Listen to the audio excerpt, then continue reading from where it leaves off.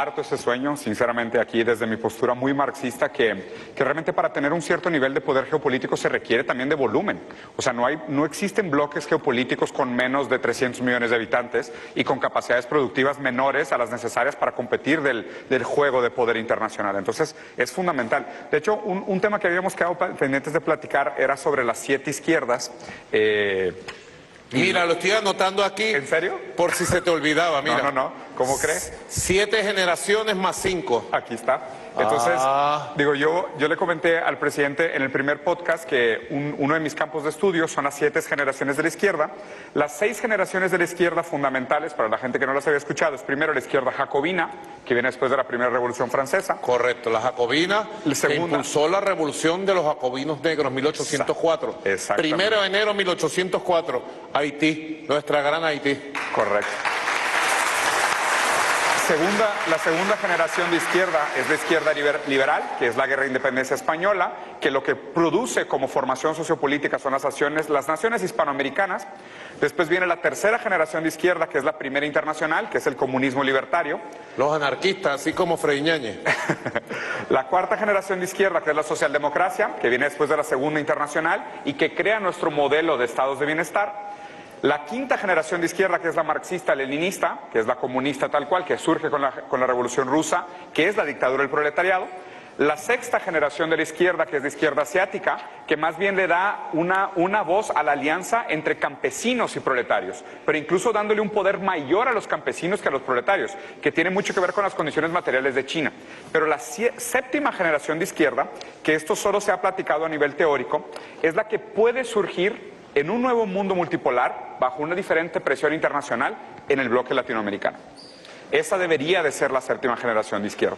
Yo pudiera hacerte aquí un agregado. Por favor. Digo, no es mía la teoría, pero tomo nota. De acuerdo con la teoría jacobina, la segunda generación, Chávez decía que Bolívar, Simón Rodríguez, los libertadores y las libertadoras, y nos consta, se pudieran llamar precursores del socialismo, porque Bolívar propugnó la igualdad, la libertad, la superación del esclavismo, la construcción del republicanismo, entendido como un estado de la igualdad, de la democracia real. Y nosotros tuvimos en Venezuela una generación previa a Bolívar, donde estuvo una gran mujer, Josefa Joaquina Sánchez, la gran Josefa Joaquina Sánchez, su esposo José María España, que si tú lees, consíguemelo, Ñañez, para regalárselo a Diego, el manifiesto que le encontraron cuando le allanaron la casa y se lo llevaron preso y luego lo descuartizaron, el Imperio Español, el manifiesto con que ellos iban a gobernar era un manifiesto esencialmente socialista, igualitario. Socialista, sí. Ahora, tercera generación la anarquista, correcto. La cuarta generación, la socialdemócrata, correcto. La quinta generación, la Revolución Rusa, correcto. Pero aquí faltaría quizás una generación de izquierda que surgió en el mundo, sobre todo en América Latina, que es la generación que surge de la Revolución Cubana en 1959. Claro, que viene después de la China. Yo podría decir, la izquierda revolucionaria, que movió todos los dogmas, acabó con todos los dogmas y demostró a países pequeños de América Latina y del Caribe y del llamado tercer mundo que se podía tomar el poder, se podía construir un proceso diferente a 90 millas del imperio norteamericano. Sí. Y creo que se alinea muy bien, porque si se fija, justo la Revolución China de 1949 da el antecedente de que eventualmente la séptima generación de izquierda pudiera ser latinoamericana, como usted muy bien lo dice. ¿Dos preguntas más, está bien? Adelante. Sí. No te he explicado lo de las 5 generaciones aquí. Sí, que de hecho lo iba a abordar para el final, pero bueno, prefiero. Cuando quieras cuando quieras. Entonces, manteniéndonos en el tema de Argentina, me parece muy importante lo que mencionas y pareciera ser que no es algo aleatorio el fenómeno de Argentina, sino que la unión naval, o más bien de los cuerpos de aguas entre Argentina y Brasil, son fundamentales para un grande bloque hegemónico latinoamericano. Si nosotros no logramos juntar los ríos que que conectan Brasil con Argentina, el Océano y el Pacífico, es casi imposible articular un bloque geopolítico latinoamericano. Entonces pareciera ser que el fenómeno Milei no es un fenómeno espontáneo en ningún sentido, sino que tiene dinero directamente de fundaciones como Atlas, Heritage e intereses internacionales, justamente para mantener esa división artificial entre un pueblo que es de una patria grande, ¿no? Que es la América Grande. Entonces, en ese sentido, ¿cómo nos cuidamos nosotros de esa influencia económica extranjera que puede ser parte muy poderosa de la manera en cómo se mueven las fuerzas políticas de Latinoamérica? Bueno, es muy importante. Argentina, Brasil, así lo ha entendido el imperio estadounidense desde siempre. Yo te decía, si tú revisas los documentos de Santa Fe I, Reagan I, 1980, y Reagan II, Santa Fe II, 1984, te darás cuenta cómo ellos hicieron una renovación prácticamente para todo el siglo XX y marcaron las pautas y ubicaron esos países como países vitales. Ellos en Santa Fe I decían, en el documento original que yo conocí en 1980, porque hay un documento que ahora publican en las redes, en internet, que no es exactamente el documento original. En esos documentos ellos hablaban las amenazas al dominio estadounidense, a la influencia estadounidense en América Latina y el Caribe.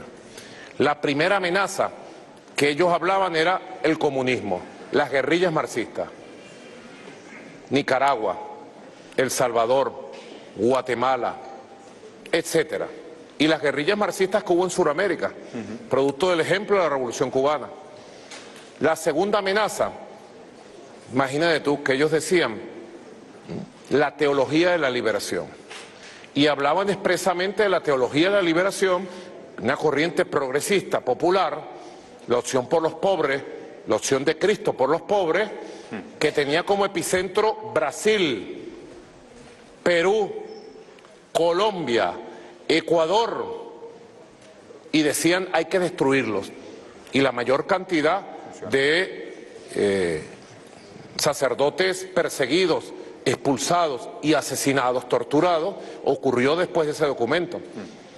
También ellos decían, a mí como joven, yo en 1980 tenía 18 años, ya era militante revolucionario desde los 12 años, por mi propia cuenta.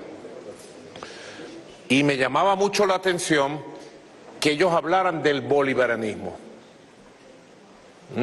Ya lo tenían en el radar.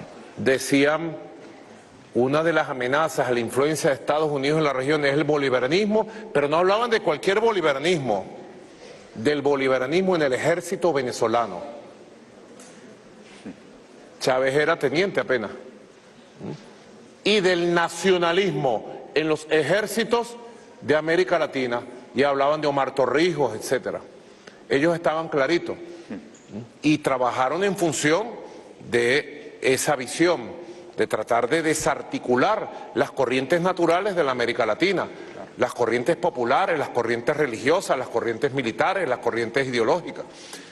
Afortunadamente, el proceso de América Latina se ha ido tejiendo, se ha ido reconstruyendo, y ellos podrán evitar, podrán retardar que un proceso se dé aquí, podrán manipular. Milei es un constructo. Yo lo vengo diciendo y repitiendo, Milei es un constructo del sionismo y de las tendencias más conservadoras de los Estados Unidos de Norteamérica. Es un constructo del Estado profundo de los Estados Unidos. Es un político de laboratorio. Jair Bolsonaro es un constructo. ¿De dónde lo sacaron? ¿Cómo los impusieron? A través del inmenso impacto de las redes sociales, manipulando emociones, manipulando sentimientos y tratando de llevar a las sociedades a extremos de odio, de venganza, de violencia. Lo mismo están haciendo en Venezuela, con todas las redes sociales al servicio de un constructo, tratando de construir a partir de la venganza, del odio, y como hizo Hitler en los años 30, del anticomunismo, del antiizquierdismo, tratar de construir procesos de venganza que van contra los pueblos y modelos totalmente negadores de los derechos populares, de la democracia y de la independencia en nuestros países. Sí. Ahí me gustaría aprovechar para saltar a los temas internacionales. Me gustaría escuchar su opinión sobre los tres que se llaman ahora en geopolítica los tres grandes frentes, ¿no? Y agregar un cuarto dado la situación local, que sería Taiwán, Ucrania, Palestina y el Esequibo. Si quieres empezamos con Taiwán. ¿Cuál es su postura frente a la importancia de este tema hoy en el ámbito geopolítico? Bueno, yo pienso que los Estados Unidos y la OTAN está tratando de crearle una guerra a China. China tiene la suficiente sabiduría geopolítica, milenaria y el suficiente poder tecnológico y militar para disipar cualquier provocación. En el mundo no hay dudas, en el sistema de Naciones Unidas, que es una sola China, y cualquier intento de ellos por tratar de vulnerar el concepto de una sola China, sencillamente está condenado al fracaso. Y confío verdaderamente que haya paz y China siga su camino de desarrollo para un nuevo modelo mundial de cooperación como lo propone el presidente Xi Jinping. Perfecto.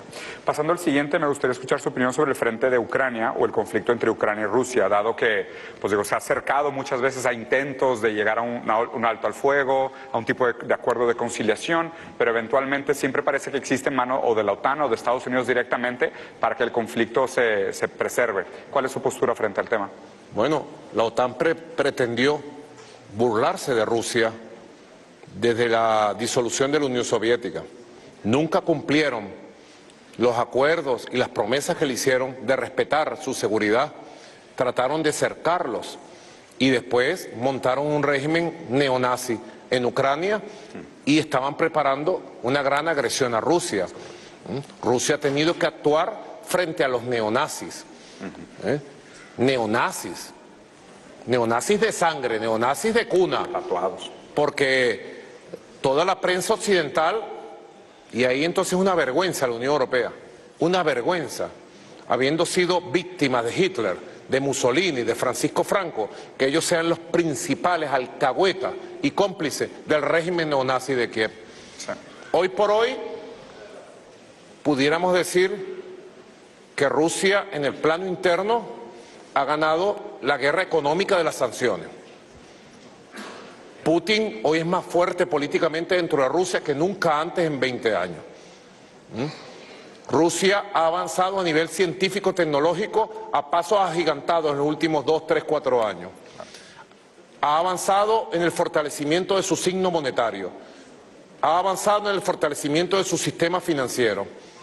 Mantiene todos sus motores económicos prendidos. Se ha convertido en la quinta economía del mundo. Pasó de ser la novena a la quinta. Está ganando en el plano militar, en el terreno. Y la única alternativa que le queda a Occidente es negociar la paz, respetar a Rusia y asumir compromisos de respeto a la soberanía rusa. Es la única alternativa que tiene Occidente. Que creo que esto da para conectar con el comentario que hiciste antes, que comparto, que Kissinger decía, ¿no?, que lo único peor que ser enemigo de Estados Unidos es ser su aliado, porque Estados Unidos tiende a transformar sus aliados en carne de cañón, que es un poco, y aquí me gustaría escucharte, ¿qué opinas que va a pasar con la Unión Europea? Porque Estados Unidos, a fin de cuentas, en esta guerra energética que está por detrás del conflicto de Ucrania, puso a la Unión Europea en una situación sumamente vulnerable. Déjame leer el libro que traje. Una ayudadita. Ahí dice la respuesta. Mira, de verdad, la Unión Europea, la cultura europea y el pueblo europeo son admirables. Nosotros los respetamos, los queremos mucho. Tenemos grandes vínculos culturales, humanos con España. Cierto. Aquí tenemos una migración grande de Italia, de muchos años. Más de 500.000 italianos viven en Venezuela, e italianas. Más de 500.000 españoles y españolas. Más de 600.000 portugueses. Tenemos un gran cariño por Portugal, Italia, España. Una gran admiración por la cultura europea. Pero las élites que gobiernan Europa son unos descerebrados. Es la peor dirigencia política en los últimos 100 años en Europa. Lo peor de lo peor están en el poder hoy por hoy en Europa. Salvo excepciones, que siempre hay excepciones. Excepciones respetables, que las respetamos. Pero quienes toman las decisiones de la Unión Europea No entiendo, no puedo entender en lo que están haciendo por qué se arrastran a los intereses de Estados Unidos y van contra los intereses de sus propios pueblos. No lo puedo entender. Ahora quieren empujar, Macron quiere empujar a Francia hacia una guerra directa con Europa. Yo estoy seguro que el pueblo francés, sobre todo la juventud francesa, impedirá que lleven a Francia una guerra con Rusia. Ojalá y así sea. Que proteste, está bien, tienen todo el derecho, pero está expropiado.